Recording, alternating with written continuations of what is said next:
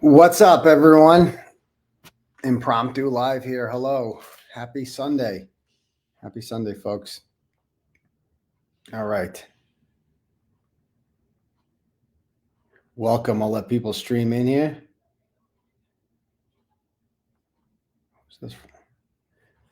All right, guys. Welcome. Let me bring this up real quick. Oh, we already have 470 people there. Nice to see you. Great to see you. We are currently streaming. We should be on the Clarence Woods Emerson Facebook page. We are. Okay, cool. And there we are. And we should also be over on the Twitter machine. We got over on Facebook right now. We got 182. Over on the Twitter, 325. How many Rumble Rats do we have? 403. Nice to see. Okay, cool. All right, guys. So you guys might have seen this. The article in Boston Magazine came out today. Did you guys get a chance to read it, to see it? Kind of long. It's really more of a profile. It's pretty in depth. Pretty in depth. So I read it all. I read it kind of fast this morning. There was a lot to it, and I just feel like there's some stuff. Overall, I would say it's pretty good. I mean, I think it's pretty fair. It definitely takes some shots at me, but I knew that was going to happen going in. And, you know, you got to show the other side, I guess, right? So I thought it was good. You know, I thought she worked pretty hard on it. Catherine Elton, she's been really researching me, I guess, for the last, we first started talking about this, I want to say in like December. She reached out and talked about doing like a profile at me. And then I went to jail and she visited me in jail. We talked in jail and she visited me one of the visitation days. And then after that, she kind of followed me around for like a day in the life. I think that was before the March 14th hearing. Then she was at the March 14th hearing when I'm like, you know, am I going back to jail? Like, what's going to happen? It's pretty scary. So she was there for that. And, you know, so she's been working on this. And I'm not sure if you guys had a chance to read it. I see people talking about Chris Albert in the comments. And okay, cool. All right. So anyway, let's just jump right into the article, shall we, guys? Rumble makes you watch these ads, huh? Annoying. All right. Skip that. Okay, cool. All right. Let's start from the top. All right. Oh, there's the picture. There's me. All right. So from behind the glass partition, Aidan Kearney was almost unrecognizable. Usually his online alter ego, Turtleboy, the Central Massachusetts blogger and live streamer, is seen sitting in a comfy office chair, wearing a self-branded hat and t-shirt from his website's merch store, addressing the YouTube audience of thousands through a headset. Today, on a Tuesday evening in February, Kearney sat on an uncomfortable stool, bareheaded, wearing a state-issued orange jumpsuit, the only screen before him, the glass divider. Through an old-fashioned phone receiver, he spoke in a subdued tone to an audience of exactly one. I was visiting Kearney at Dedham's Norfolk Correctional Center on day 50 of what would be his 60-day incarceration. The 42-year-old landed here in December after a woman with whom he'd had an extramarital affair accused him of assault. Kearney told me the charge was a ploy that law enforcement officials cooked up with his jilted lover, which is true. They are just trying to silence me, he insisted. Less than 2 weeks later, the assault and battery charge for allegedly shoving and threatening the woman would be dismissed. So that's good that they put that in there because, you know, the whole thing was a lie. And we've been over that, and there's that. Credible charges or temporary muzzle. There is little doubt that law enforcement in the Norfolk County DA's office would like nothing more than for Aidan Turtleboy Kearney to just shut up. Until he started covering the 2022 Canton death of Boston police officer John O'Keefe, the Norfolk DA's murder charges against O'Keefe's girlfriend, a Mansfield equity analyst named Karen Reed, have received scant media attention, which is true. Then, in April of 2023, Kearney started focusing on the case, posting multiple stories a day on his TV Daily News site, live streaming 2, sometimes 3 times on YouTube, and claiming that law enforcement officers and witnesses were framing Reed in an elaborate conspiracy to protect O'Keefe's true killers. All true. Almost single-handedly through relentless blogging and YouTube streaming, Kearney upturned public perception of what seemed like an open and shut case, casting a thick cloud of doubt on the workings of our justice and law enforcement systems. I like that. I like that. At press time, Kearney's first post about the case can't cover up had accumulated more than 460,000 page views. But Kearney didn't just amplify the Reed case, he also mobilized thousands of people to feel personally invested in its outcome.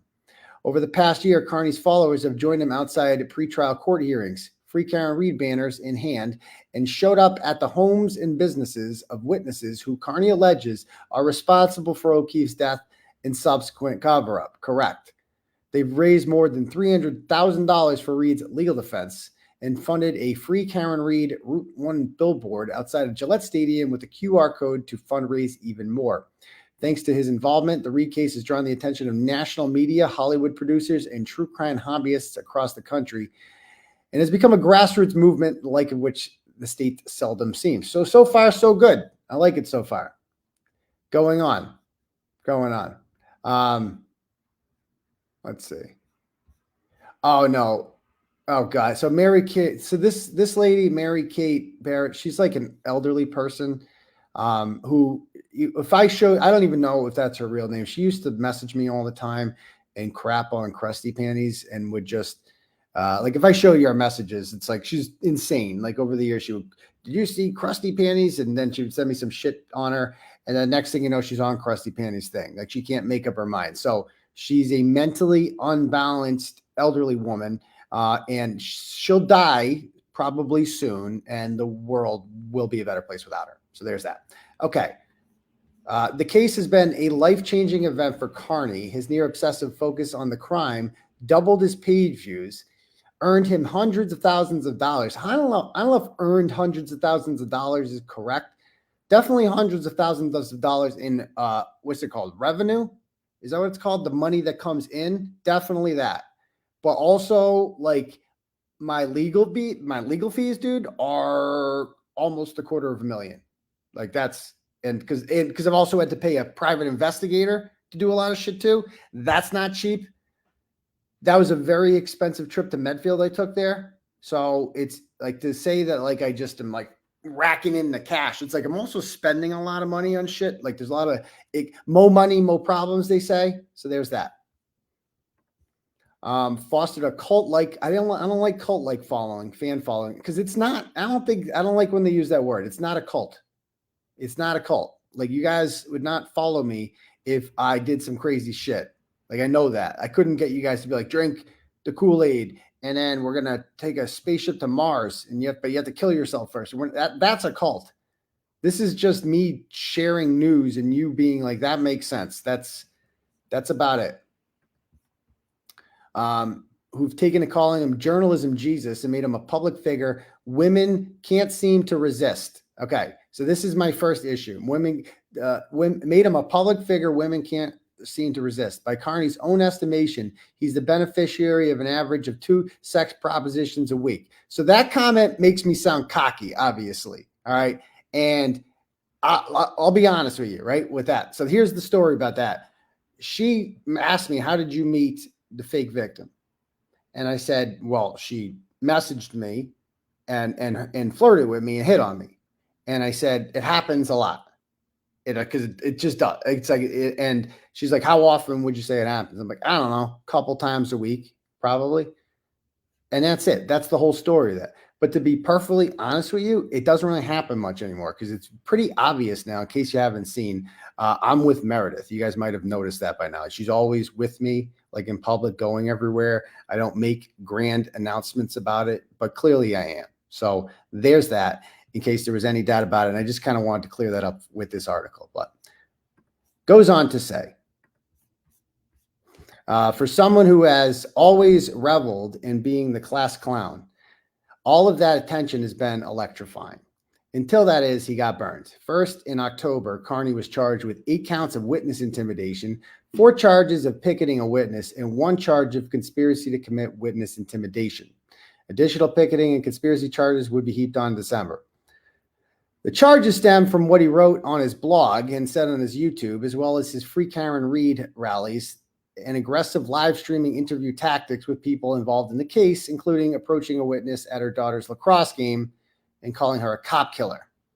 But, you know, for those charges, he was released on bail. In fairness, that, you know, she killed the cop.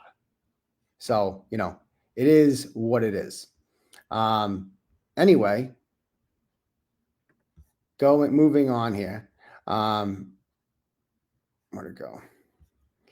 Then came the trouble with the girlfriend, Lindsay Gattani. See, I wouldn't even call her that. Like, it's like, because how can you even, we never had a meal of food together.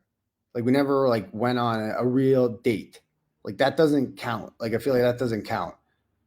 If it was like a secret, kind of, you know what I mean? Like, it's like, is that really a girlfriend? I don't know, but that's what it gets called. Which was also a byproduct of his blogging. They met when she sent him a sexy picture of herself in a Free Karen Read t-shirt purchased from his website's merch store. In the messages that followed, she called him a superhero with balls of steel. I mean, I showed her all the messages. I'm like, this is how it started. They became involved, and after Kearney tried to break up with her, correct, he claims she became a state witness against him. Accurate, like literally within minutes of ending things on December 9th, we have her phone. She was messaging Leah Genduso, Krusty Panties, and asking to get in touch with Ken Mello and what's her face? Ken Mello and who the fuck else was it? And Brian Tully. So that's just what happened, because it was like instantaneous that happened. So anyway, they became involved. She tried to, he claims she became a state witness against him, accusing him of assaulting her on Christmas Eve. So there's obviously more to that, and earning him the assault and battery charge, which was later dropped, plus, because it never happened, plus yet another witness intimidation charge, which is going nowhere. And we haven't even been over. We still don't even know. We haven't gotten the grand jury docs on that. We don't even know what that's about. The whole thing is bullshit. One day I'll tell the whole story. I'm waiting for the Karen Read case to die down and focus on this, quite frankly. And it's honestly nice to not talk about this individual at all. His prior bail was revoked, and he was jailed on his 42nd birthday. Kearney, by his own admission, had hit rock bottom. True. I had hit rock bottom. I was in jail. I didn't think I'd ever end up in jail. I didn't commit any crimes. And I've been convicted of any crimes. But yet here I am in jail, and I just had to reassess my life choices. And I think I wrote about it in one of my prison journals, maybe number 3, like, you know, focusing on like, how did I, you know, it's like I had a lot of time to reflect. Like, I made poor personal life choices. And it says, during my visit, he told me he was devastated at being separated from his 2 children. A 9-year-old Allison and a 6-year-old Brady. Locked up, he was suffering from depression, unable to take the Adderall he's been prescribed for 20 years because it has street value. It's not allowed in jail, and wasn't sleeping well. So I gave her I kept a prison diary, and I just gave it to her. I'm like, you can read it. You can kind of get some insight into what I was thinking. I have nothing to hide in here. And, you know, when I reread it towards the end, I'm like, man, I was in rough shape when I first got in there. It was rough, man. Like, it was not a good time. Like, when you go cold, I take Adderall, right? So going cold turkey with that when you first get in there is very difficult. Like I was sleeping all the time. Like, it was bad. It was bad. And then, you know, you start taking Wellbutrin, and, you know, you start getting in a cycle and you feel better. But anyway,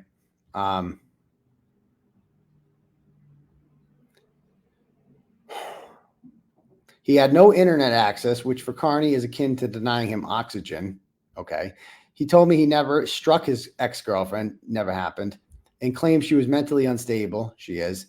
A serial violence prevention order seeker, fact, and a liar, fact, who is mad that he broke up with her, fact. If he was guilty of anything, he said it was having bad taste in women. Exactly. Conversely, Gattani says she is the one with bad taste in men, as evidenced by her need to seek restraining orders against multiple people. I mean, again, she has bad taste in men because she's need to seek restraining orders against multiple people. A lot of women have bad taste in men, and they manage to not get restraining orders and have those men incarcerated for assault and battery and then revoking bail because they can't stop going around those men. It's like there's something called a common denominator. But again, the reporter has to get her side of this, okay?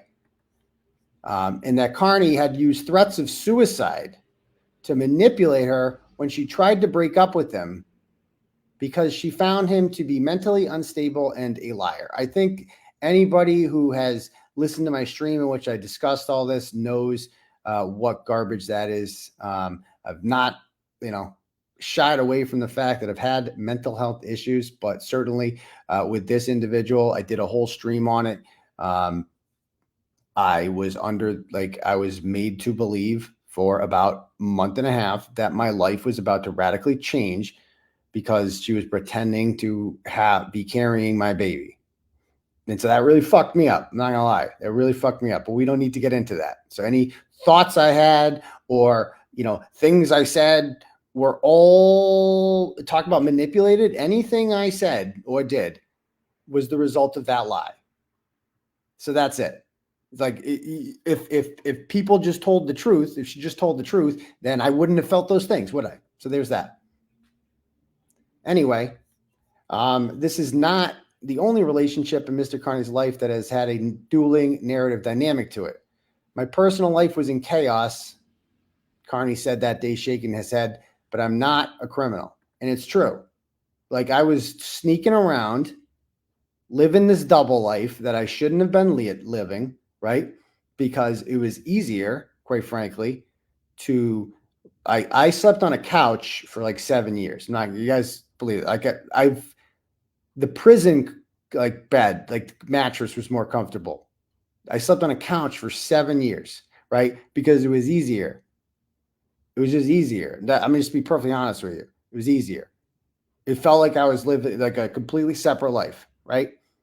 And the cause of it, quite frankly, and there's a lot of cause. We don't need to get into that, but Turtleboy obviously has a lot to do with it, right? Because she didn't marry Turtleboy. She married a teacher.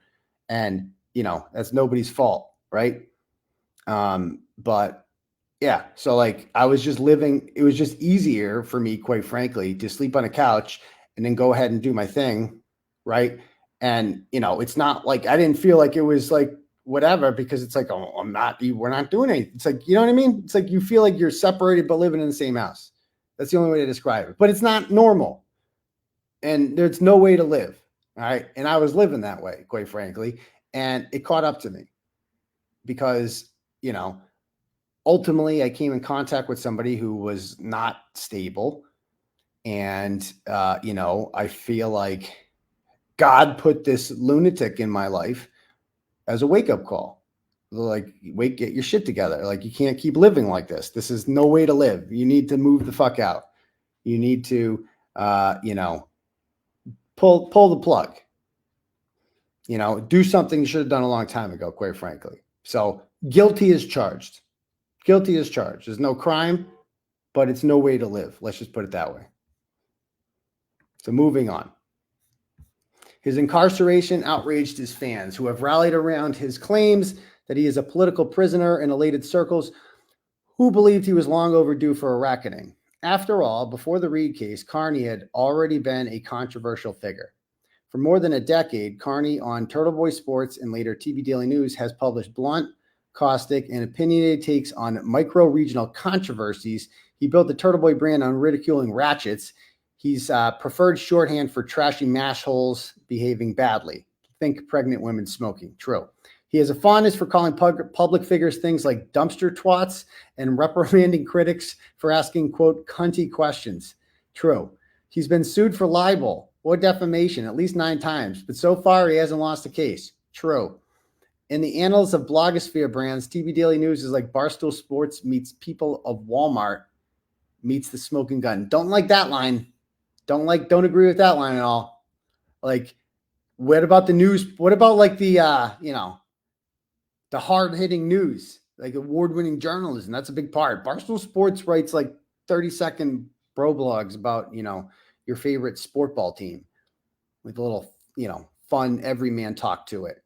People of Walmart exist just a shame. I feel like I've outgrown that.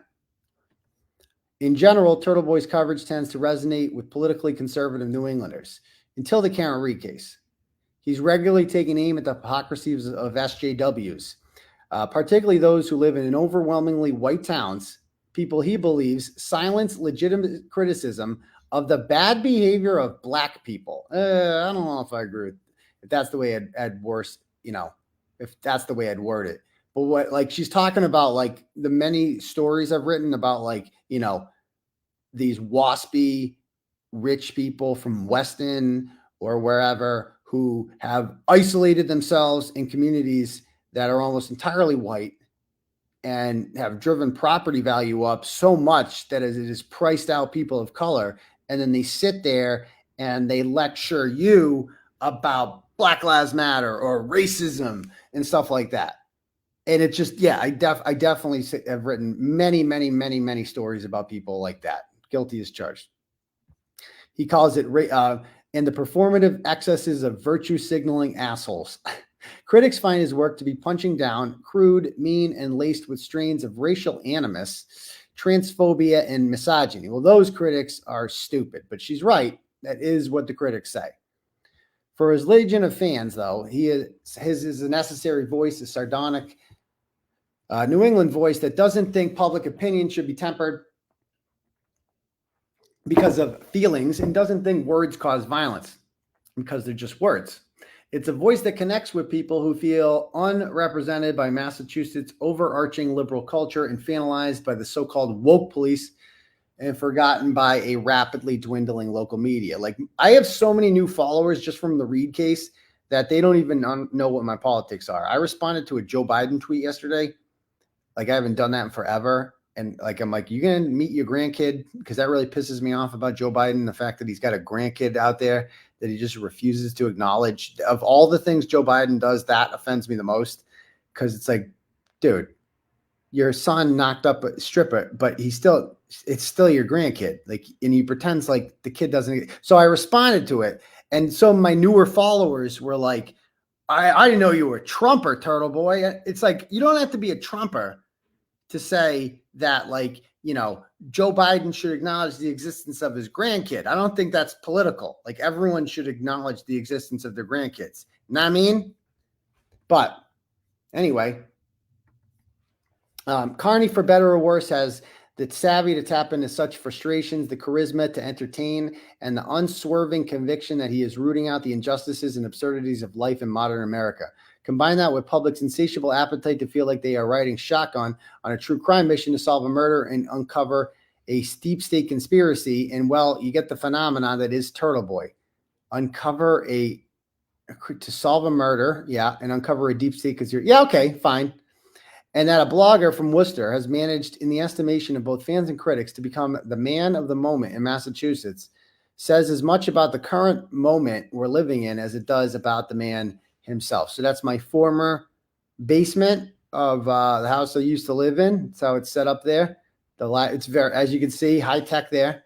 I know Brian Hale Photography saw that today, and almost lost his shit when he saw that because he's obviously very good at stuff like that, and maybe I'll be looking to improve on that shortly. Long before there was Turtleboy, there was Aidan Kearney, the class clown. One time in school, he stowed away on a field trip bus he wasn't supposed to take, and the teacher didn't notice until the bus arrived at its destination. True story. All my friends were going on this field trip, but I wasn't in the class, so I just jumped on the bus.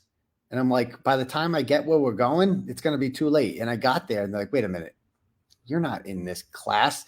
Nope. And I just got to stay. So there's that. I got in trouble, but I got to stay. At Worcester South High School, he photobombed every club yearbook, including the Asian American Club. I think I've shown you guys that picture. It's a funny one. Kearney's antics earned him attention, but also made him very familiar with the inner confines of the principal's office. Very true. And then they interviewed my mother. He was more challenging than all of my 6 other kids combined, his mother, Mary Mullaney, says, only half jokingly. He was the kind of kid who would push the envelope a little bit or color outside the lines. There is one in every family that makes you wonder, where did he come from? I mean, it's true. It's definitely true in my family.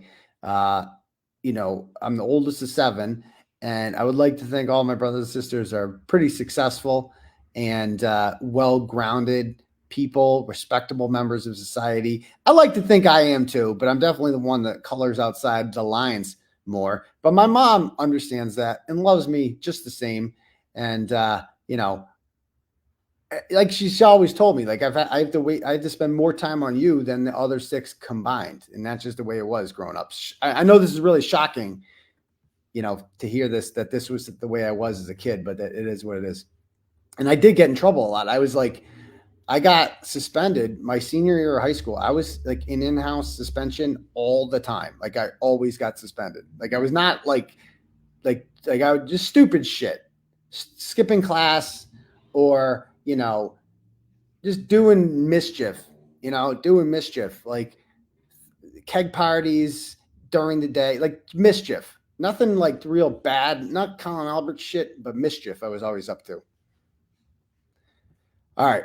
Kearney shared his parents' conservative politics, but in other ways, he wasn't like them. His father, Kevin, earned a PhD in biochemistry from Yale, and his mother told me she would rather take a course on Shakespeare, don't tell Colin Albert, than look at a computer screen, much less her son's YouTube show. Yeah, she doesn't really watch my show.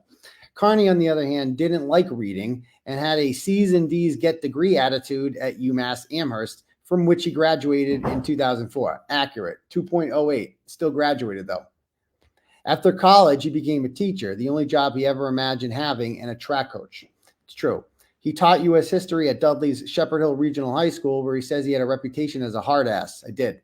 I held my students to a high standard and wasn't afraid to give them a bad grade, regardless of whether or not it hurt their feelings, he would later write in I Am Turtleboy. True. And I wouldn't even say give them a bad grade. Like they earn their grade. I just enter the numbers into a computer and this is what comes out. And if you have a 58, you know, and you need a 60, I'm sorry, you're out of luck, pal. Like that's just this, and ain't too late for extra credit. Like you should have done your homework. I don't know what to tell you. Feelings weren't the reason to withhold honesty, a recurring ethos of Kearney's life. He loved teaching, but he also loved broadcasting his opinions outside the classroom. A diehard New England sports fan, he was a regular caller to 98.5, the Sports Hub radio talk show Felger and Maz, where he became kind of an ancillary character, Aidan from Worcester. Quote, they let me rant more than most callers because I entertained them, he wrote in his memoir. It did. And I was on, like, when I would get on Felger and Maz, I would call in a lot. That's how I kind of got my career started. I was call in a lot. And Felger and Maz will let you stay on. One thing Felger and Maz don't like is downtime, dead air. They like callers to just call up and just have a script ready and just rip into them. And as you know, when I get on a roll, that's what I'm good at, is just going. Like, let's go. And just, they love that shit. So I would get longer promo, whatever, on Felger and Maz. And I'm like, well, let's start a blog. And that's when I started aidanfromworcester.com. All right. Yeah, a WordPress blog. Trash talk is a modern hallmark of New England sports fans, and he did plenty of that in his blog. Traitorous Sox fans who cheered for a retiring Yankee were morons down at Fenway Park. The Montreal Canadiens were the douche nozzle that took your girlfriend. Yeah, I mean, I used to write about sports a lot. Yet when Kearney applied that same tone to locals, those locals weren't so understanding. In May of 2013, he mocked the statements, clothes, and dental health of people in Worcester protesting the burial of marathon bomber Tamerlan Tsarnaev. One woman ridiculed in the Post complained to the Shepherd Hill Regional Administration. True. The school principal called him in and, according to Kearney, chastised him for being, quote, mean. Why should I say nice things about her? He later reasoned in his memoir. She was a known prostitute. It's true. He promised to remove the offending material. He kept blogging fast and loose anyway. 6 months later, he was handed a 10-page suspension letter. What does that connect to? Oh, my story about being suspended. From the school's administration, dissecting how a handful of Aidan from Worcester.com posts generally constituted conduct unbecoming to a teacher.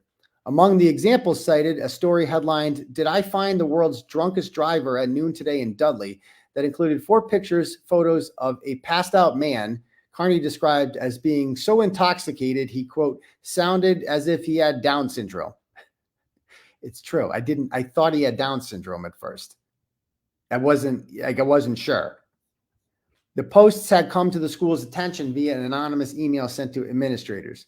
He was incensed that somebody could complain to your employer if they didn't like what you had to say, threatening your livelihood and effectively limiting your constitutional right to free speech. It contradicted everything he taught. He took a 3-day suspension and shuttered AidanFromWorcester.com. Kearney's a firm believer in the right to free speech, even if it is mean, and he refused to quit blogging on principle. He also couldn't quit out of compulsion. "I cannot keep my opinions to myself," he wrote last December on the 10th anniversary of his suspension. "It's just not the way I'm built." Within a few weeks, he'd already launched a new blog, although this time it was anonymous to protect his job. The new site needed a name, and a former student suggested Turtleboy, a running joke nickname for a century-old Worcester Common statue that curiously and unmistakably looked like a boy having sex with a turtle. Again, there's the Turtleboy statue, if you haven't seen it. The name was everything he wanted his new blog to be, hyperlocal and funny. As he wrote in his memoir, is one of the most beautiful names I'd ever heard. It really is. It really is. Kearney's new site, Turtleboy Sports, established a distinctive style that was by turns obnoxious, aggressive, funny, and underpinning by outrage. But one field trip in search of content would forever change his life. In 2014, he and some friends road trip to his hostile territory, the Buffalo Bills football stadium, looking to stir the pot. The Pats were in town, and he hoped to get a rise out of the Bills' famously rabid fans and then post anything funny that happened. True. Unfortunately, Kearney found more trouble than he was looking for. After the game, a furious Buffalo blogger named James Krieger outed Kearney as the Turtleboy while accusing him of sexually harassing a teenager. I think the girl was like 20. She was sitting behind me, and she was a Bills fan, and we were giving all the Bills fans the business, not just her, and we were winning because they were giving us the business. That's how sport ball works. You're in a hostile territory. You've been drinking. They start calling you fags. They kept calling it, Tom Brady's a fag. He sits down to pee, blah, blah, blah. And then every time we'd score, you turn around, "Oh, how you like that, motherfucker?" Like, you do that. It's just how a sporting event works. It's no big deal. No big deal. He admitted to making an off-color gesture, but denies sexually harassing the teen. Completely untrue. And she's not a teen. She was a grown-up. She was like 20. And I'm like, they're like, "Give me the business," and I do this. I'm like, "Fuck off." I said to him, I did that. "Fuck off." And, "Oh, he's sexually harassing her." Stop it. Stop it. When his school learned of the allegation, Kearney faced a clear choice: fight to keep his teaching job or quit for a financially insecure future as a full-time blogger who could write whatever he wanted. He chose blogging. Best decision I ever made. "My destiny was not to be a teacher. It was to be Turtleboy." Even his mother, a Worcester School Committee member of 18 years, agreed. "The people who do best in teaching are the people who just follow the rules and go along with the program and don't challenge anything," she says. That isn't who he is. She gets me. Now fully dedicated to blogging, Kearney embraced his most popular beat, shaming douchebags. His modus operandi for reporting was to scour Facebook for hyperlocal conflicts and idiotic public displays, and then dig further into the social media accounts and backgrounds of the people involved. Thereby, he wrote in his book, exposing hypocrisy and showing the other side of whatever story was causing the latest internet outrage. Along with the help from other anonymous contributors, Turtleboy's targets were people who stole, parked illegally in handicapped spaces, sold food stamps for cash, or had lost custody of their children to the state. He gave them nicknames like Gutter Muppet, Wareham Welfare Wombat, and Foopasloth. True. Kearney's readers ate it up. In 2015, Turtleboy Sports averaged 23,000 page views a day and won Best Local Blog. And we won it again in 2016. In 2017, he more than tripled his average, with 1 month reaching more than 130 views a day, and the site graduated to winning Best Local News Source. So this is the award-winning journalism. In that same poll, finishing ahead of the daily Worcester Telegram and Gazette, or as I call it, the Turtlegram and Gazette. We beat the local Worcester newspaper in 2017 as top local media outlet. We won. They voted us in. At that point, he had around 5 other bloggers covering all corners of the state, plus Rhode Island and New Hampshire, expanding his site's coverage. Kearney believed the national audience was next. By his own admission, he became cocky, arrogant, and felt untouchable. He wasn't. The people he targeted and the people on the political left who saw Kearney's work as poor shaming, racist, and just plain mean reported his social media profiles. In November of 2017, his main Facebook page, which funneled more than 70% of Turtleboy readers to the blog, suddenly vanished. I know, that was a horrible day. Taken down for violating community standards and sparking a game of whack-a-mole with the social media platform as Kearney opened new accounts and Facebook took them down. True. Twitter had already kicked him off the platform earlier that year, and in 2018, Google AdSense effectively stopped putting his page out to bid with advertisers, drastically reducing the blog's income. Kearney considered hanging up his keyboard more than once. Again, she's getting this all from my book. Like all of this, she read my book pretty thoroughly. It's all in there. All the shit I've overcome over the years just to get where I am today hasn't been easy. Instead, with an eye towards diversifying income streams, he transformed into a multimedia one-man show. In 2018, he began live streaming on YouTube and solicited donations during shows. He self-published his memoir, and he launched a new page, tbdailynews.com, that ran parallel to Turtleboy Sports, but republished stories with toned-down headlines in hopes that Facebook wouldn't shut down that site's page too. Like I was just like, okay, maybe if I make it. So tbdailynews.com I created because turtleboysports.com was banned from Google AdSense. It couldn't make any money on it. And it was the headlines were too controversial. And I'm like, maybe this is why we're getting banned from Facebook. Maybe if I just tone it down a bit, we can stay on. And it took some time, but knock on wood, it hasn't been an issue lately. So there's that. Okay. His new website, Kearney says, where he endeavored to do more hard-hitting stories like Troopergate scandal he broke in 2017. In that story, he revealed with documentation that a state police trooper was pressured to remove notes from an arrest report for a detainee offering him oral sex, 𝗵𝗲𝗄𝗏, judge's daughter, in exchange for leniency because the detainee's father was a state judge. Traditional media outlets picked up on Kearney's discovery and ran with it, which led to the retirement of several state employees. Troopergate wasn't his only story that went mainstream. In 2020, he investigated Monica Cannon Grant, a leader in the Boston Black community, who in the wake of George Floyd's killing became a darling of the local media and saw her nonprofit coffers swell into a tsunami of donations. Looking into her organization, Kearney called into question whether the donations were being spent on the intended beneficiaries or on Cannon Grant herself. 2 years later, she was indicted by the federal government for allegedly defrauding donors. She denied the charges and is set to stand trial in December. In time, these stories made Kearney feel as though the site's mission was evolving. I realized, oh, wow, I can do this good stuff. I'm not just making fun of people. I'm just calling people assholes and stuff like that. I'm seeing something that's illegal or corrupt, and I'm using my platform to do something about it. Exactly. And the Ratchet Madness reveal show. I love these pictures on there. Look at these ratchets. Oh, good Lord. Monica poked the turtle. Karen Reed court report. Okay. Not everyone believed Kearney was performing the Lord's work. Oh, certainly not Jill Sheridan. Fucking lunatic, Jill Sheridan, this Manfield Antifa teacher. And she's real into the Sandra Birchmore stuff too. So her and I agree on that. And she didn't want me involved in that because he's Turtleboy bad. Okay, relax. She ended up on TB Daily News in 2021. His March 24th post stated that the Mansfield middle school teacher had gone to Bridgewater to disrupt an anti-COVID lockdown rally. She did, where she said she was sadistically targeting what appears to be 2 kids who were observing the madness. She did. He claimed that Sheridan was friends with Antifa members who assaulted a cop at the rally. The woman has no business teaching and is a disgrace to the profession, he wrote before listing the school administrator's email addresses and urging readers to register complaints about Sheridan. Guilty as charged. I did all that. If I was going to be held to standards as a teacher, that I can't have a blog and share, you best believe other teachers are going to be, they're going to be by the same standard. If that's the standard, teachers can't be controversial in their free life, then that's going to be the standard. You cannot be Antifa and be a teacher. Not going to happen. I'm going to say something about it. It's not cool. The next day after school, the principal told Sheridan that she was on Turtleboy's website. I was instantly nauseated, she recalls. She didn't give a shit at all. She like doubled down. So this is a lie. She categorizes Kearney's post as an error-filled narrative cobbled together from embedded photos in a video without the context of what happened before, after, or outside the camera frame. So it's just her yelling at children, but we don't have the context of that. Okay. If he had, she says, she would have explained that she didn't travel to Bridgewater for the rally. She lives there.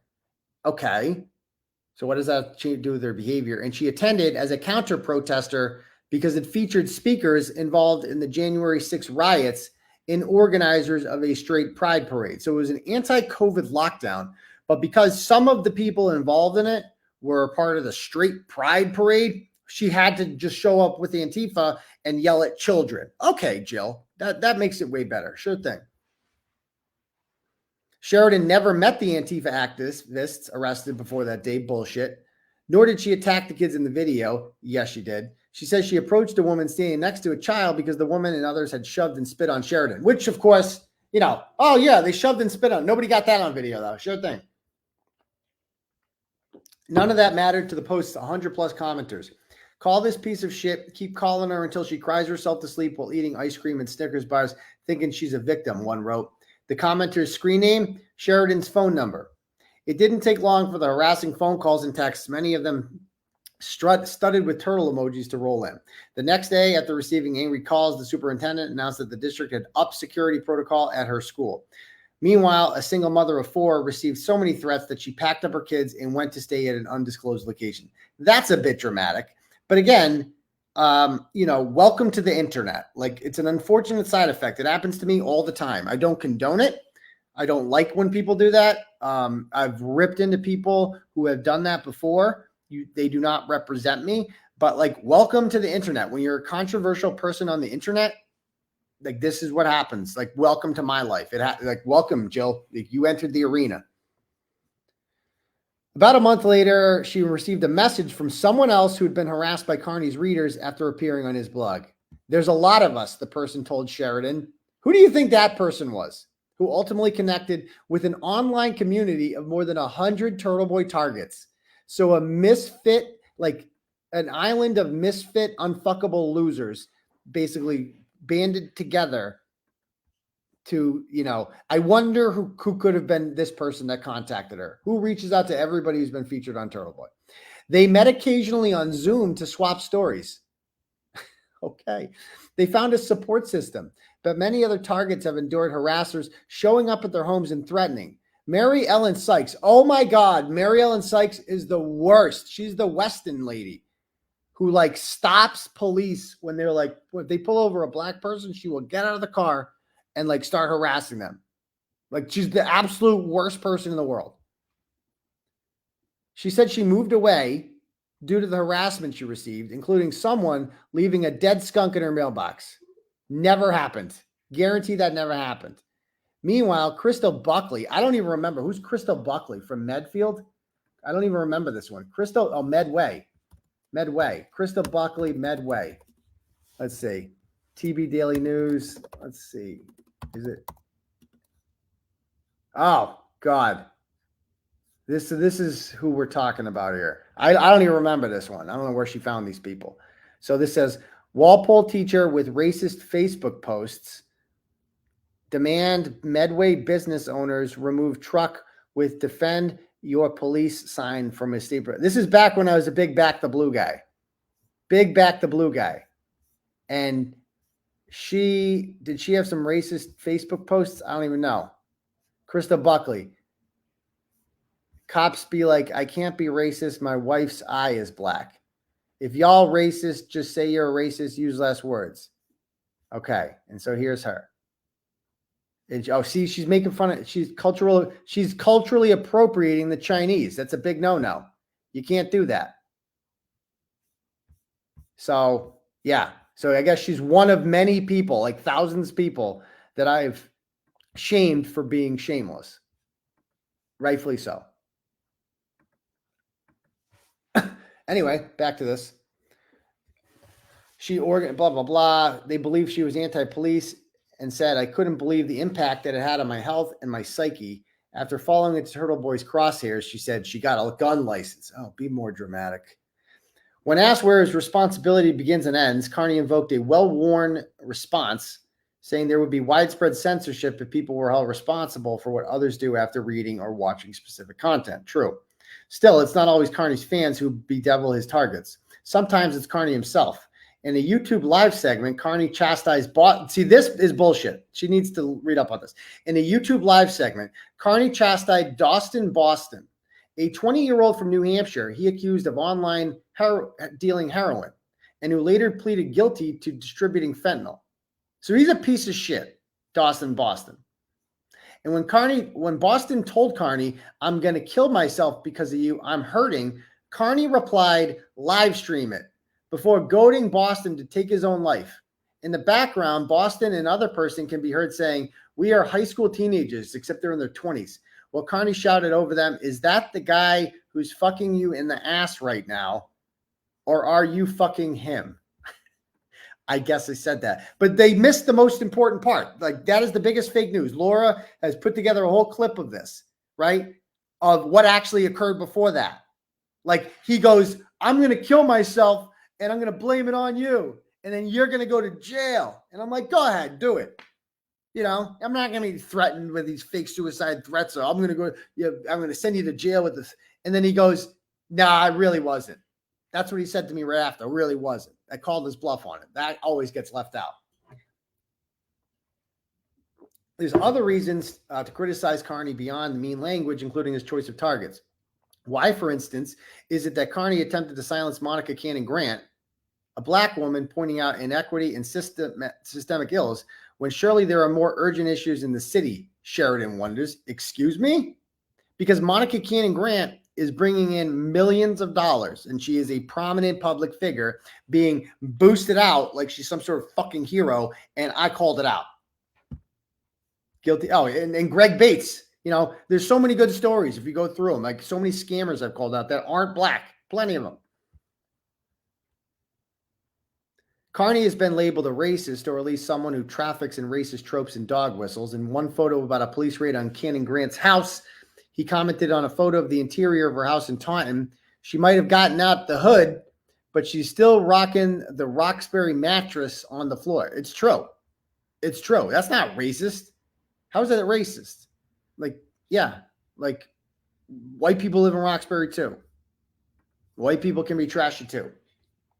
Other posts were more explicitly problematic.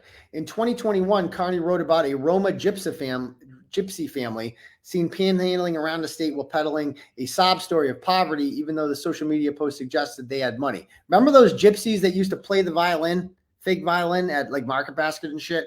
And I started exposing them. I fucking hate those gypsies. Fuck, you guys ever watch fucking gypsies? It's like, yeah, I've ripped into gypsies before. She didn't like it. She told me, she's like, I'm going to teach you about gypsies. I'm all set. Not a fan of gypsies. Don't like the culture. Don't like the culture of like scamming people. Not a fan. Okay. And whatever. Okay. This is not a culture that should be welcomed in this country, Kearney wrote. A culture that exploits children and scams innocent people out of money so that adults like this can buy ridiculous looking outfits and act like washed up Euro trash is one that should be eradicated.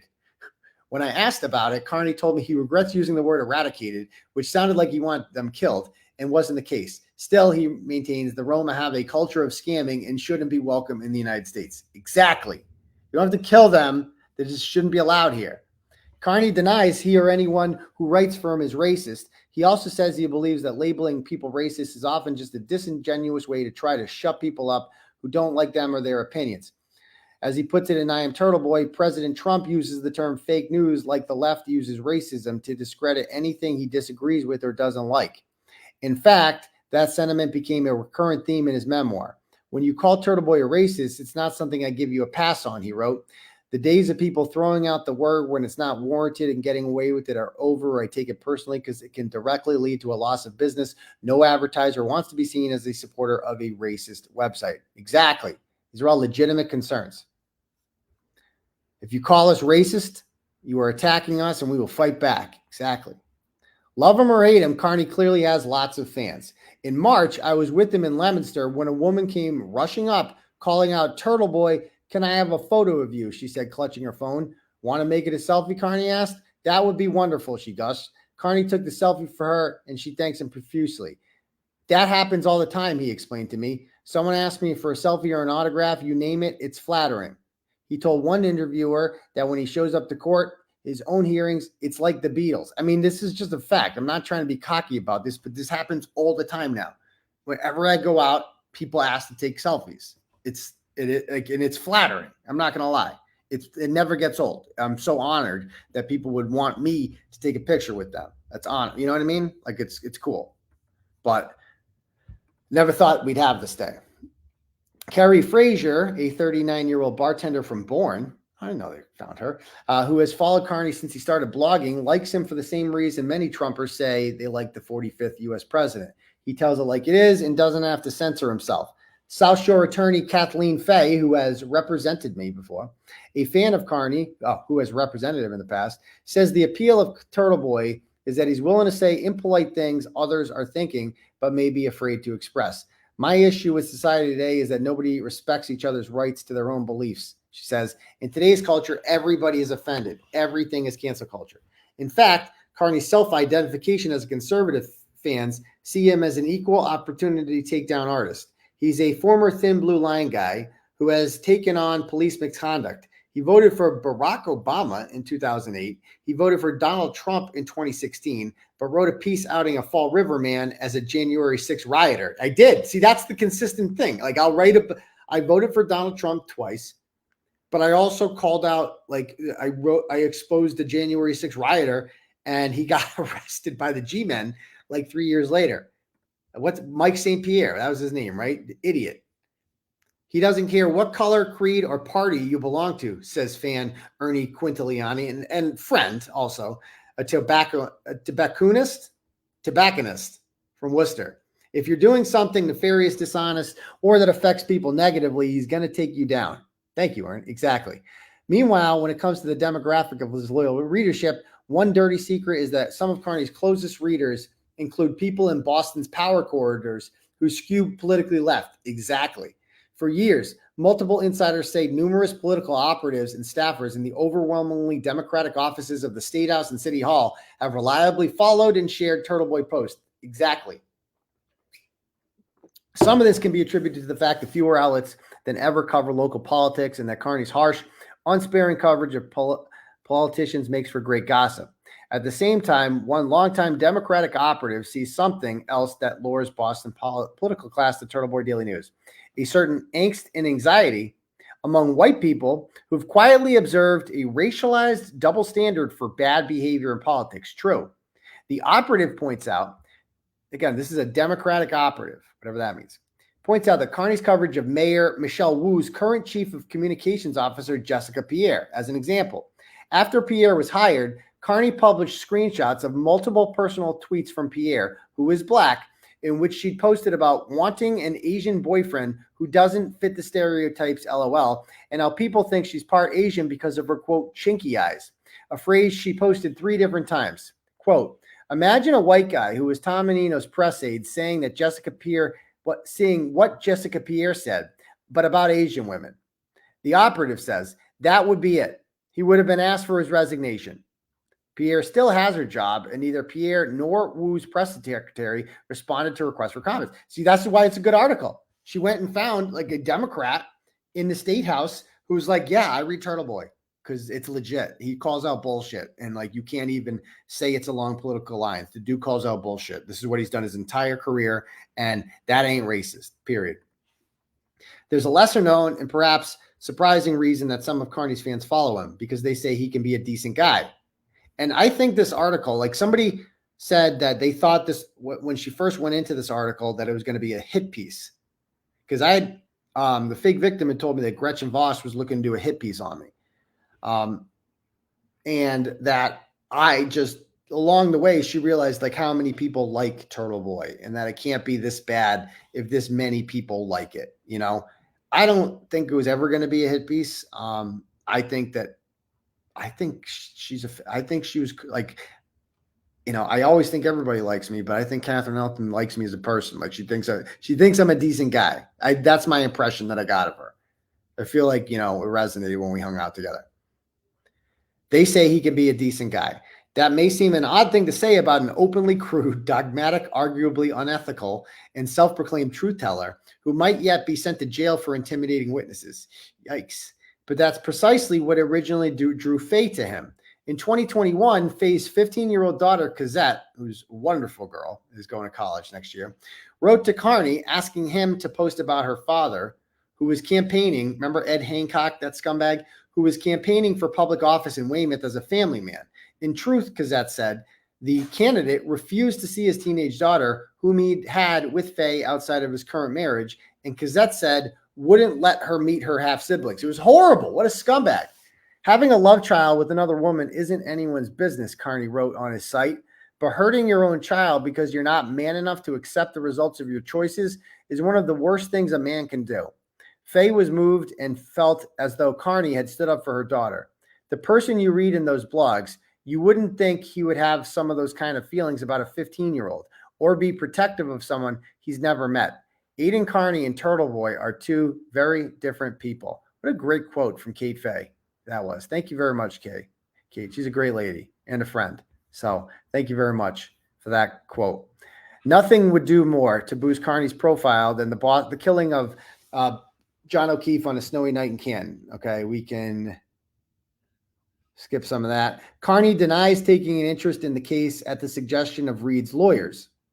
He had also previously denied having contact with Reed prior to her trial, something phone records of calls between the two of them later proved to be false. I denied it because I didn't have her permission to say that she was a source. So, I got outed when the state police took my phone. Like, imagine they could do that to any reporter. They did that to me. In a culture obsessed with true crime, Kearney thought the case would be a boon to TV Daily News. He was right. His original post blew up, and he continued posting and live streaming about the investigation. Page views went from 40 to 80,000 a day, and his YouTube audience and Twitter following nearly doubled. Soon, he was rallying fans to show up at Reed's court hearings and at the homes of businesses of witnesses in the case who he believes are responsible for O'Keefe's death and cover-up. He even filmed himself confronting witnesses, yelling "cop killer," and has called O'Keefe's family maggots.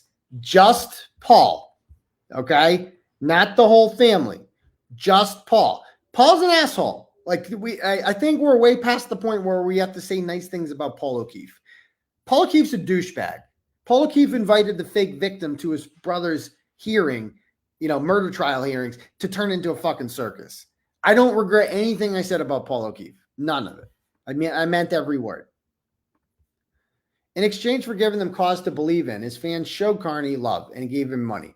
They bought subscriptions, donated to him, purchased his merch, and kept visiting his website, boosting his attractiveness to advertisers. By his own estimation, the once struggling blogger has averaged a monthly income. See, it's not income. Isn't it revenue? The money in? Income is what's left over after the bills are paid. Because I got a lot of operating costs since he started covering the case, 45 to 50,000, right? And on a good month, I can certainly do that. But again, $250,000 in legal fees and shit. Like it's not cheap what I'm doing right now. But anyway, Kearney also likes to think the Reed case makes a turning point in his career. I've been maligned in the media as some sort of vulgar, bad person, he tells me, but I like to think that with the Karen Reed story, I've been rebranded. When I look back 10 years from now at this Karen Reed thing, it's something that my kids can be proud of because I stood by my principles and I stood up for an innocent woman against the corrupt system. He is convinced an ongoing FBI investigation of the crime will eventually prove him right. True. The case has certainly rebranded Kearney, but as what?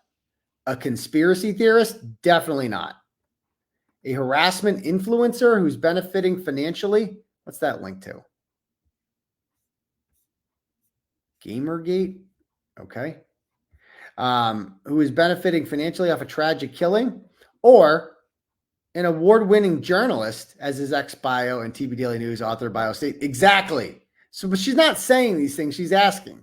On the one hand, he told me his aggressive interview tactics are simply age-old gumshoe reporting. While on the other hand, he told the Boston Globe, I'm an entertainer, but I'm also a journalist. I'm also an activist. People like this new whatever thing I've created where you wear all three of these hats. People may like it, but being an activist by fundraising and advocating for Reed is strictly forbidden by journalists, says Joan Donovan, an assistant professor of journalism and emerging studies at Boston University. Who put Joan Donovan in charge of journalism? Like, may I ask you? Like, these journalists love to be the gatekeepers of like journal. You're not allowed to do this. Why? Why? Says you. Who are you, Joan Donovan? How many followers do you have on Twitter? How many Facebook followers do you have? How many page views a month do you get? How many major stories have you written, Joan Donovan? Never heard of you before. So maybe I should be lecturing Joan Donovan about what journalism is, because nobody knows who the fuck Joan Donovan is, and no one ever will. Joan Donovan will go home every night, eat her cheese sandwich, and go to bed. She will eventually retire, die, and no one will remember her. That will be Joan Donovan's legacy. So I don't care if Joan Donovan doesn't like my tactics. Meanwhile, being an entertainer can be problematic too. He is not a journalist. He is an internet provocateur, says Globe columnist and professor emerita of journalism at Brandeis University, Aileen McNamara. Okay, I want to say Aileen McNamara is not, she's saying he is not a journalist. He's an internet provocateur. Aileen McNamara is not a professor emerita of journalism. She's just a cunt. That's all she is. Who created the university's ethics course. Journalism is about verification. Oh, I verify everything there, Aileen. It is not about assertion. Really, says you. Journalists have an obligation to independently confirm what we publish. And I do. I do. Have you ever read anything, Aileen, that I've written? You're just jealous. He doesn't do that. Oh, yes, I do. He's not approaching people he interviews with an open mind to learn what might have happened. Untrue. On the night when Officer O'Keefe was killed. He's confronting them to produce entertainment. No, I really want to know if any of these people can answer my questions. Why did Jennifer McCabe Google how long to die and cold at 2:27 a.m.? Why can't she answer that question? I'd like to know the answer to that. If she, why doesn't the other side ever want to talk? There's another basic tenet of journalism 101 that he has violated. As his First Amendment lawyer, Mark Randazza, pointed out, due to Kearney's actions and their legal consequences, he has become part of the story. Even Kearney himself appears to have again, that was not the intent. Even Kearney himself appears to have recognized this mistake. A month into his jail time, after attending a hearing in his case, he pulled out a black composition notebook he used as a prison journal and penned a letter to Reed. So this is the part where a lot of people got, and I want to talk about this. Okay, my letter to Karen Reed. So on January 8th.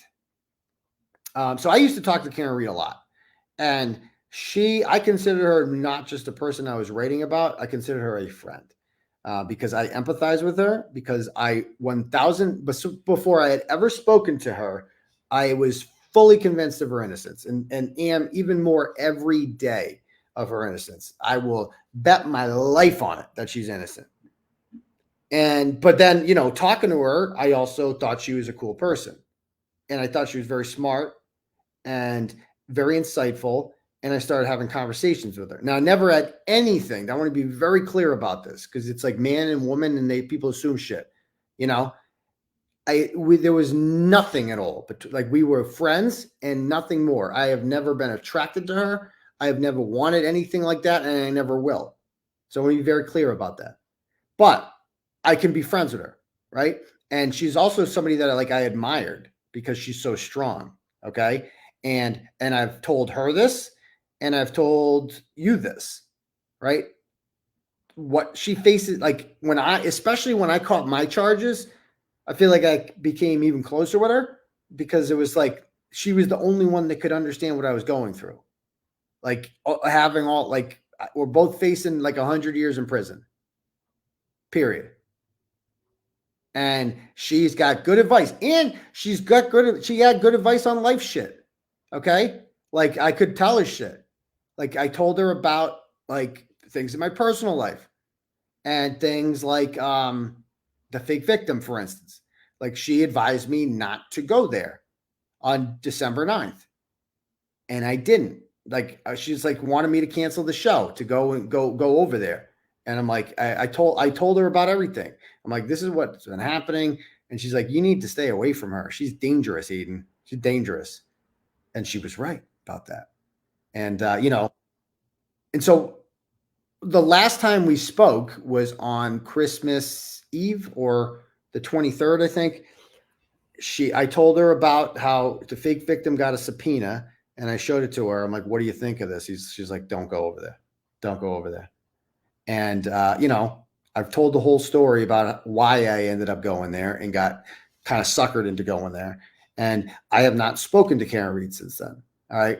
And she, quite frankly, seemed disappointed, I guess, that like I had created this distraction from the case. And I get that. And I felt like I had let her down. And so I understand that like I'm in jail. I can't call her. So that's the end of that. And, but I still there were times when there was times when the only person who could understand what I was going through was Karen Reed. Right. And one of those times was on January 8th. So January 8th, I was brought into Dedham District Court in shackles for a restraining order hearing. And a lot of turtle riders were there. It was great to see them. And I had to face down a person who, quite frankly, I consider my abuser. Like, the shit that she put me through. And, and I had to, in court, give testimony and explain some of the most traumatizing events, really, of my life, the events that put me in jail, right? Crashing my car, being held hostage by a person who is threatening to get in her car and crash it with her 4 kids in it, waking up those kids at 3:30 in the morning, and then finding out there is a bolo out for you because she lied and said that you hit her and all this shit, right? And I had to tell all this, and I had to talk about like the ring camera video in the bedroom that she didn't tell me about. And, we had to get into intimate like things in our sex life that I didn't want to put on public record, but I had to. And that sucked. And then the whole time she's just looking at me smiling, like with this evil smile. She has this evil smile, and it sucked. And like after 7 hours of testimony, Judge McCollum comes back and grants the order, even though she at the hearing admitted that she lied about being pregnant. We caught her red-handed, like. And I remember being let out in shackles and looking back, and the whole courtroom was like disappointed. They're pissed off. And just looking back at her, and she was just smiling, like she thought this whole thing was funny. And that sucked. That was like a kick in the balls, right? Because I'm going back to prison. I have 45 more days left in here. I know I didn't do anything. I know that person lied. It put me in here and is enjoying this. I could see it, and I've seen it in all her messages, right? She is enjoying this. What happened to the article? Okay. And so that sucked, seeing that. That was a really hard day. Okay. And sometimes I felt like, and I hadn't talked to Karen Reed in like a few weeks. And, I felt like I was extremely depressed. That was the only night in jail where I came back and I'm like, I was fucking sad. Like there's no other way around it. It was a depressing night on January 8th. Okay. Guilty as charged. And so in my journal that I had given her, I had written a letter to Karen Reed that I gave to Jen Altman because she still talked to Karen and she related to Karen. And Karen wrote a very nice message back related through Jen Altman to me. Okay. And this is, or was it Jen? It might've been someone else. I forget, but it says here, because I want to explain the context of this. So I said, it was an apology for letting her down. It was a penned a letter to Reed. It was an apology for letting her down by distracting from her case with his own legal troubles. Quote, after yesterday's hearing, all I wanted to do was cry, he wrote. The only person I wanted to speak to after court was you. You're more than just a brave person I write about. You're my friend and someone I have confided in, and the person whose advice means more to me than anyone. Not being able to talk to you made it more painful. I knew that if I could speak to you, that you alone would tell me something that could cheer me up. You always do. You are so wise and smart. You're my hero. Okay. You know, some might consider that a little cringe, you know, but, you know, I felt I meant it at the time. You know, I don't, to be perfectly honest with you, like I don't consider her a friend anymore. But I still 1000% support her innocence, and I don't care. I don't give a shit. She's innocent, and I'm not just supporting her. I am, you know, exposing a corrupt system. And anyway, so I wrote that to her because I was good friends with her, and you know, it sucked not being able to talk to her, but you know, it's fine. It is what it is. And then that's it. So that's, people read that and they were like, it sounds like a love letter kind of, but it wasn't like that. It wasn't like that at all. By the tone of what he wrote, which Boston has seen and was dictated to read through a mutual friend, Kearney appears to have broken yet another rule of journalism. Don't be enamored with the people you cover. You know, but I couldn't, you know, it's like, she's innocent. Like, I don't know what else to say. I was impressed by her, but I guess that's a good point, you know, because people are human, and sometimes you have to forget that you know, we're working on, yeah, it is what it is. But anyway, there's me getting out of jail, and people thought I wouldn't get out. But 10 days after I visited Kearney in jail, a judge ordered his release, and prosecutors dropped the assault charge against him a few days after that. On the afternoon of his release, he descended the courthouse steps to cheering fans who'd waited in cold for hours, waving banners and fist pumping at passerbys, drivers honking their horns in support. Television reporters jockeyed for positions as the crowd chanted, "Turtleboy, Turtleboy." Standing above his fans, Kearney pushed his glasses off his face and pressed his fingers to his eyes to hold back his tears. Thank you to everybody who showed up today, who messaged me in jail, who talked to me on the phone, who donated. You made me feel loved, remembered, and important. Do you consider yourself a hero, a victim, both, or neither? A reporter shouted at him. I said both. 2 weeks later, a little before 8:30 on a Monday, I joined Kearney as he accompanied his son to the school bus. As soon as his son's ride arrived, Kearney headed back home and started his Facebook live stream, telling his viewers he hoped he didn't have to go back to jail. I'm tough around the edges, he offered, but there is only so much a person can take. Kearney's stint in jail wasn't the first time, he says, that his mental health suffered on account of his blogging. In 2021, after someone he'd written about placed threatening calls to the school where his wife worked, that's Ashley St. Angelo, Kearney says he experienced the first panic attack of his life. And so it's more complicated than that, but we can get into that in another stream. When it subsided, the most difficult part began. He started thinking, fantasizing even, about killing himself. Racked with guilt, Kearney realized that if his actions had negatively affected his wife, imagine the trouble they might cause his children. And it's true. It caused, you know, it caused her a lot of problems at work.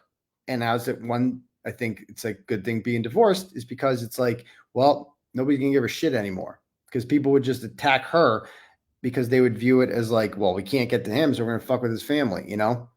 And of course I worry about them doing that to my kids one day, you know? But we'll cross that bridge when we get there, because people are lowlifes.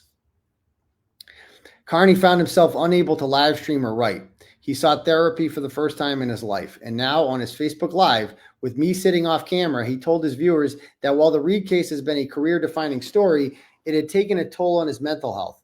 More than anything, he said, I just want this story to end, get me off this ride. You know, and that was like back in when I was real worried about going to jail before March 14th. I don't, you know, I'm enjoying the ride again now with the trial. It's been wild, but I'm definitely looking forward to this one day being over. At that moment, though, the ride was very much still in motion, and Kearney seemed curiously oblivious that he was a lead conductor.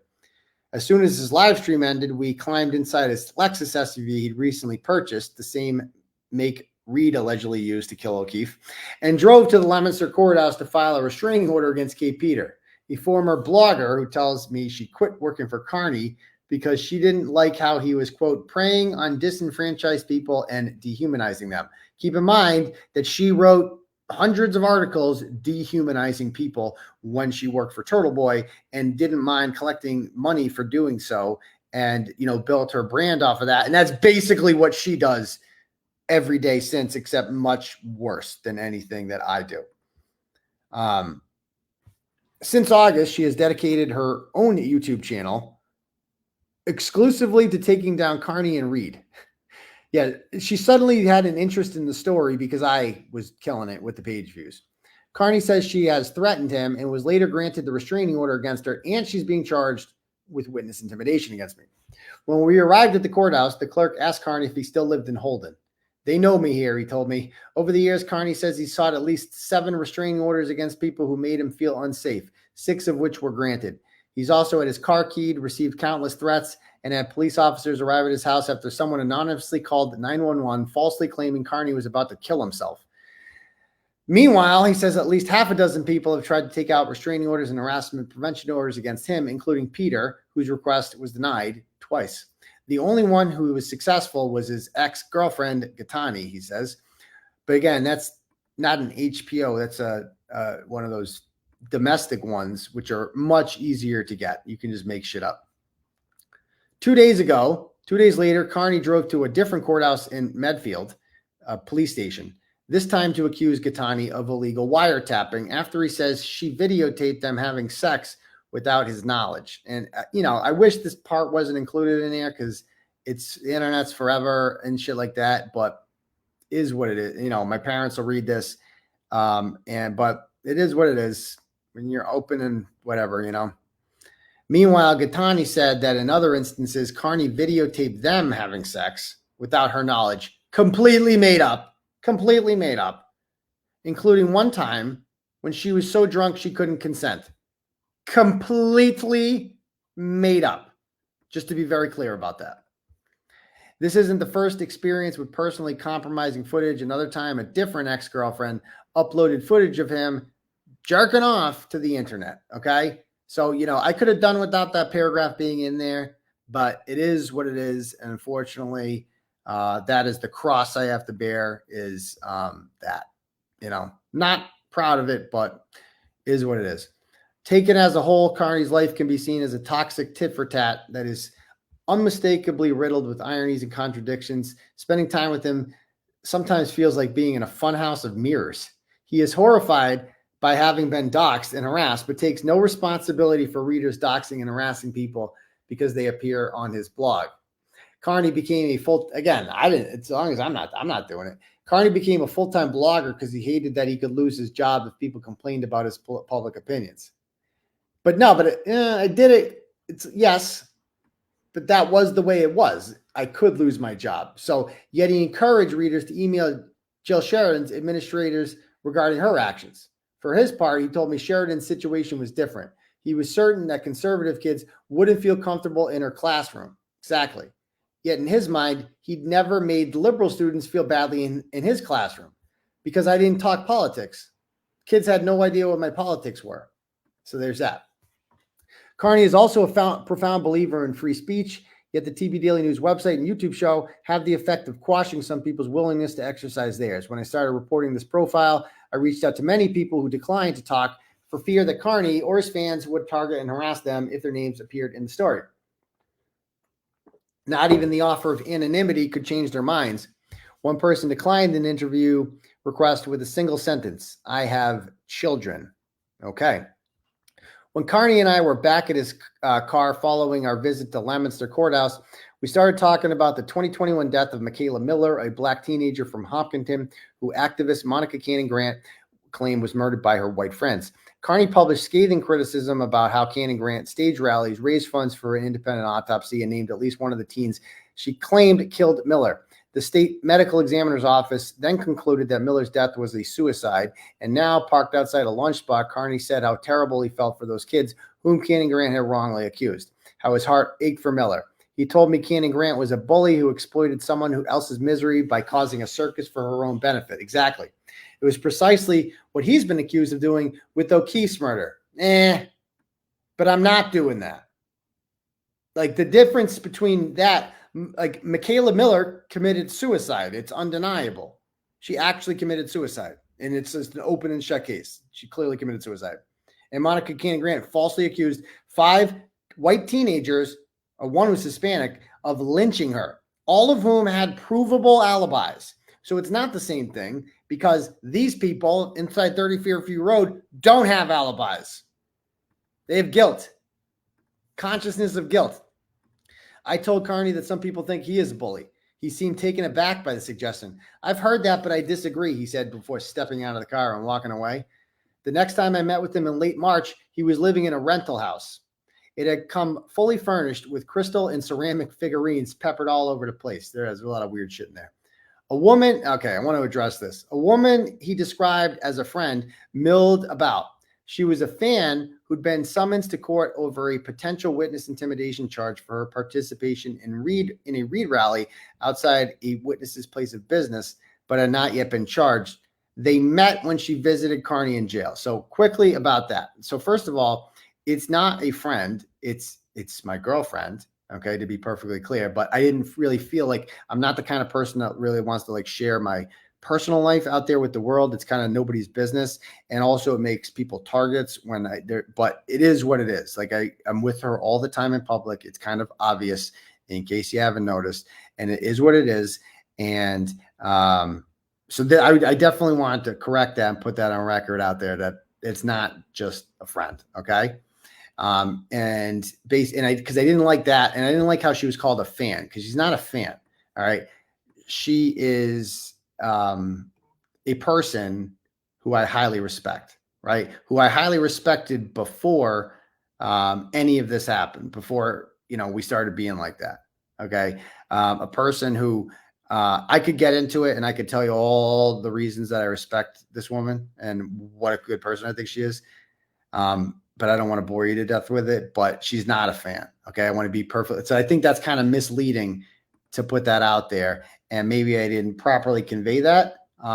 But we didn't meet when she visited me in jail. So basically she, like many people, messaged me during, when I got to jail, and she messaged me on December 28th, one of the nicest messages I've ever read in my life.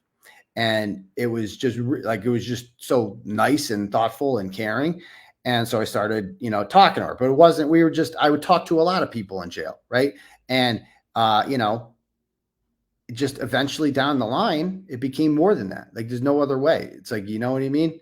And it was a weird situation because I'm in jail when this is happening. You see what I'm saying? Like I'm in jail. And so she would visit me in jail, but she wasn't like, that's not where we met. I'd met her plenty of times before at, she would come to my court dates and she was a supporter of mine. Like she didn't throw herself at me. Like that's one thing I respected about her is she didn't throw herself at me because that happens sometimes, like I've said before in the inbox, and I want to stay away from those type of people. So it is what it is, and so it mentions here that, yeah, she's one of the Canton 9, right? Her name is Meredith. She's a great person. And I just wanted to put that out there. So there's that. But anyway, and just helping me through like a really low point in my life, to be perfectly honest with you. I really feel like God put this really shitty person in my life so I would hit rock bottom and realize that you can do much better. You can do, you should be looking at different kinds of people than that. So there's that. Just want to put that out there. At this point, his marriage was all but officially over.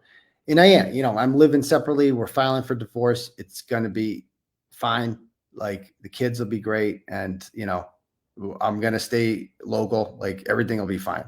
Millions of people do this and it's not the end of the world. So anyway, yeah. And believe me, I've Googled, it's not like that.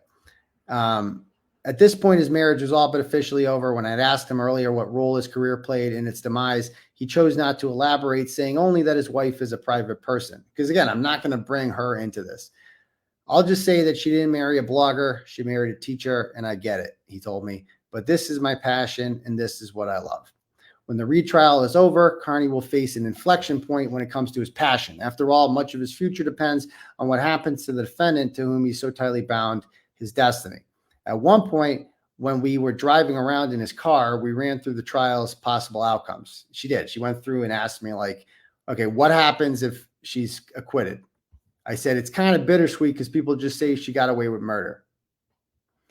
If, however, independent investigators conclude there was a police cover-up, that would give Kearney a brand new level of credibility.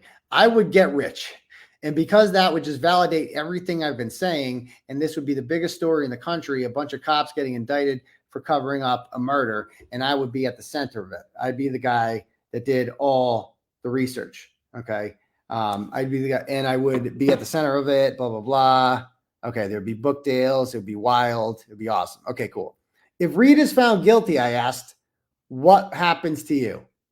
I'm screwed, he said. So adding that it would stain him professionally, I'd still believe she's innocent and keep pushing that, but I don't care what a jury says. So before I said I'd be screwed, which I don't really think I would be fucking like disappointed, but I said, it's not going to happen. So I'm not even, it's never going to happen. Karen Reed's not getting convicted. So we're talking about fantasy. She's like, but what if? She kind of kept pushing, but what if? I go, well, I guess I'm screwed.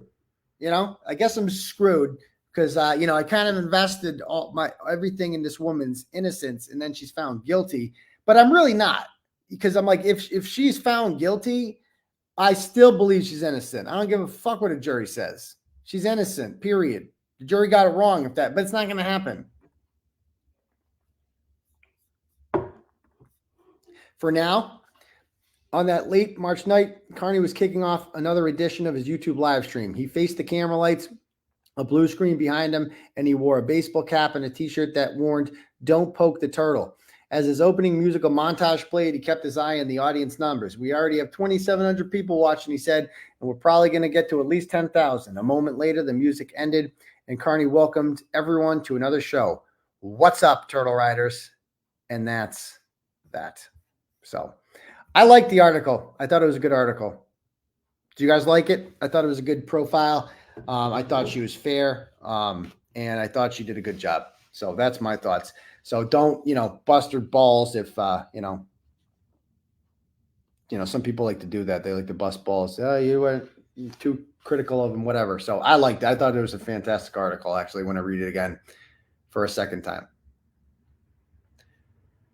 Okay. So anyway, do you guys have any questions? This article is longer than your book. I know. All right. So anybody else? I haven't kept up with the commentary. Mediocre article. Excellent job. People are saying, yep, that's journalism. Way too much information. I like it too. It was much better than the last Boston Magazine article, blog, whatever.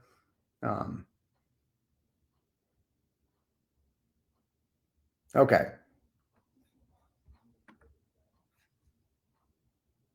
I remember watching you when it was a picture of a screen on a screen on a screen.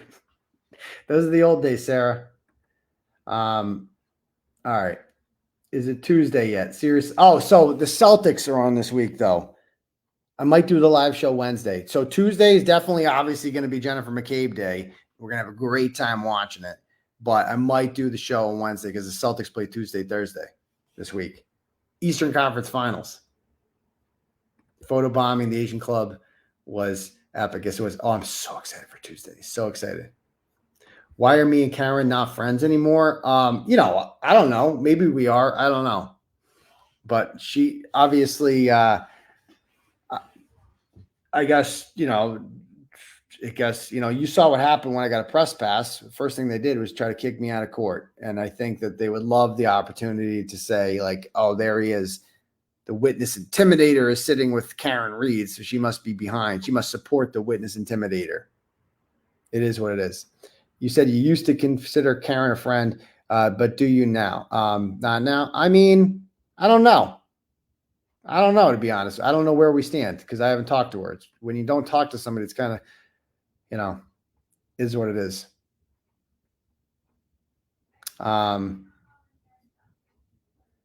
Has she been charged with witness intimidation for the rolling rally? Yeah, she was there. She wasn't charged, though.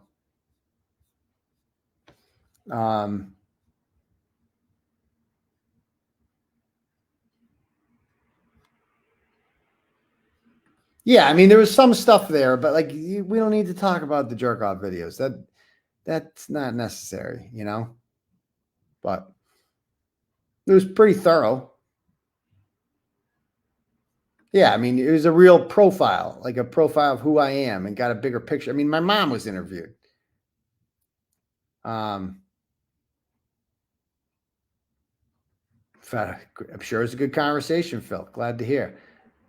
Yeah, we're going to do it Wednesday, Bob. I like that. Yeah. I hope you'll repost on YouTube when you get back on. I know. It's just not the same without YouTube. YouTube will be back Tuesday at like 2:00. So the morning stream is not going to be on you. I might just jump on LTL's stream or something like that on Tuesday. I'll let you know. Okay. She was probably told not to talk. I mean, yeah. I mean, if that's what it is, maybe we'll talk when this is over, or maybe she's pissed. I don't know. We'll see. Did you see the pictures of Caitlin and Tristan getting engaged? I did. On Colin. So I'm going to write about that tomorrow. What's going on with the Canton 9? Nothing. They got a criminal complaint filed. They had a hearing, and they still haven't decided if there's probable cause to charge him, aka there's not. Yeah, I'm sure we'll talk. How can we not talk when this is over? Let's be real.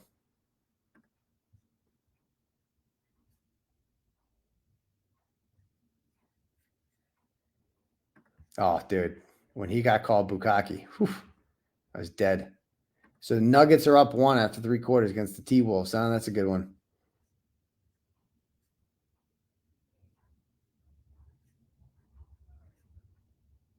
Oh, yeah, her and I are just acquaintances now, I suppose. Yeah. How about that? Yeah, I went on Jerry's podcast about a month ago. We had a good interview about this. He used to be a regular.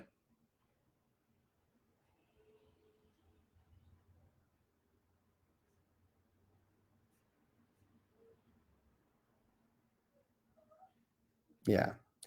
No, we haven't done the Ranch of Man this winter, but we're going to do it this week. I promise. What, if anything, do you think Higgins will admit? I don't know. I don't know. Yeah, Melo's officially off the case. Robert Cosgrove is the new poor schmuck that got handled that case. Are you going to Fall River tomorrow for Grant's thing? No. I wish, but I can't wait to hear about it.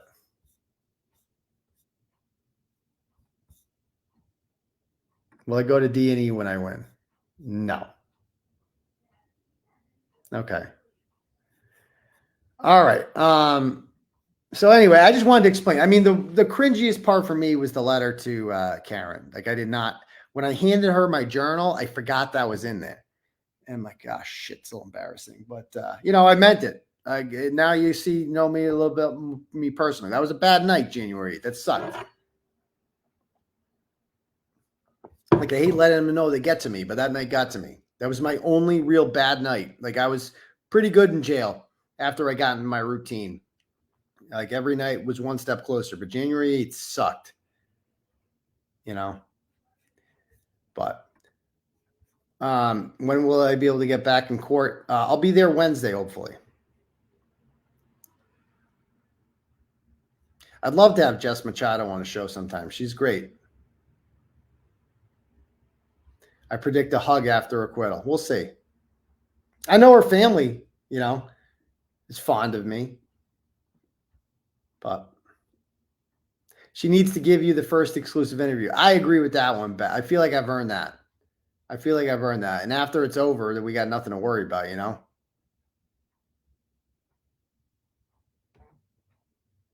But all right. All right, guys. So anyway, the letter sounded gay. Yeah, okay. Has Grant shit Howard since the trial started? Probably not. But all right, cool. All right, guys. So I'm going to call it free LC. Yeah, free LC. Get out of Shirley. Yeah, I'm going to go chill. But anyway, I thought I'd do this. And I can't wait for Tuesday morning, baby. Jem McCabe Day, round 2. Peace, Turtle Riders.